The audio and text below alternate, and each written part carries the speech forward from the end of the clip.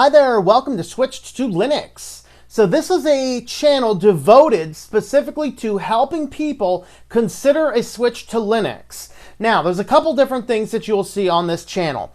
The first thing you're going to see is obviously a lot of tutorials and ways that you can switch to Linux.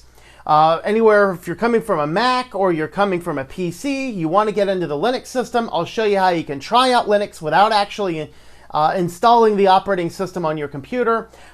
We can try that out through virtual boxes or through live keys. There's just other resources out there as well. Watching videos to see what type of Linux systems are out there is a great thing. We have tutorials about different types of Linux distros and different types of desktop environments, and some videos also about the various types of software that is available inside of Linux, so that you can understand. You know, we've gotten into this cultural thing where we think that to do something good and productive on a piece of software, you have to buy the software, and anymore it's getting into these deep, long, hefty subscription fees. Within the last couple years, we saw Microsoft Office switch from a package that you buy once and have it on your computer to they're moving everybody towards this subscription model. I think last time I checked, you could still buy a license. I'm not completely sure if that's still available. I know Adobe, which I used to use in my web design company. In fact, I still do use it on my computers that still exist. But when those computers die out and I'm completely off of Windows and onto Linux, I'm using open source software instead of paying Adobe. If Adobe would make software available on Linux and I could buy it once, I would do that. Subscription base? No, not interested. 3ds Max just did that. For indie game developers particularly were hurt by this, because as you go through school and you learn how to be a game programmer, you get trained on the Adobe products, you get trained on the Microsoft products, you get trained on 3ds Max.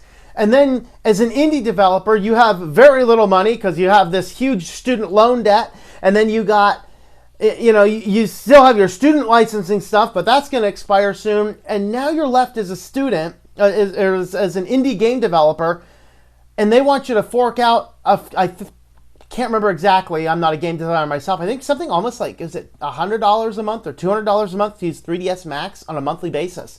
That's crazy.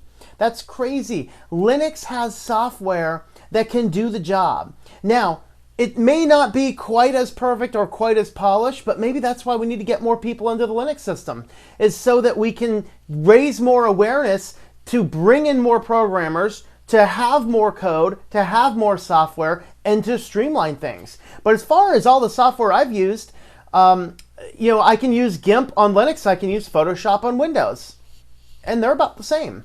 I can use Dreamweaver on Windows, I use Bluefish on Linux. No problem. In fact, I found that Bluefish runs a little quicker. As far as Word documents and Office documents, you can run Microsoft Office or you can run LibreOffice. Of course, with this whole move towards web-based stuff, it matters less and less and less what operating system you're on. Think of it. If you're using Google Documents or even the Microsoft Cloud accounts, and you're doing your photos on Facebook and Flickr and Instagram and all this, how many programs do you really need? You can get away with a Linux system because we are using, on average, less software that's installed on the computers and more software that's on the web. So this channel is dedicated to help you switch to Linux. Now, there's a couple other things you're going to find on this channel. Another thing you're going to find is you're going to find the Neat series Tinfoil Hat Time. And the Tinfoil Hat Time series is a place where I'm just kind of looking at some of the business trends. I do Linux, I do computer stuff. I also just do some generic business stuff. I have degrees in the sciences. I have an active interest and hobby of nutrition and some cooking and some hydroponics, aquaponics type stuff. I got my fingers in a lot of different pies. I kind of have fun with that.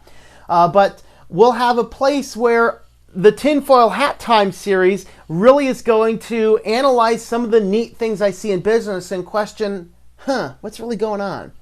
And then I'll just have the general feed, which just has, updates, what's going on. I'm not sure, maybe just user feedback. You guys let me know the types of things you want to hear about. you know, if you want to see what I'm still doing on Windows, or how I have my Windows 10 computer set up. Unfortunately, I'm a web developer. I need to know how the thing works. So I got one. I don't do anything real production on it. You know, this channel is just a great place to come and just hang out, learn about Linux primarily, but you'll find some other things as well. Just kind of let me know the types of things you want to know. But dig through the videos, look at the playlists. I'll be building and organizing some more playlists as I go around. As of right now, when I'm recording this video, we have some on desktop environments. We have playlists on how to install VirtualBox on a Mac and on a Windows system. And I also have a playlist on testing out Linux through a USB live key, how to download and create a live key so you can test it on your computer without actually installing anything to your computer. So have a look at the channel, have a look at the various offerings that we have, and also remember as well that I am a web developer, so if you do happen to need a website, let me know. You'll see the links for that throughout the various sites. So this has been Tom, and I hope that you enjoy switching to Linux.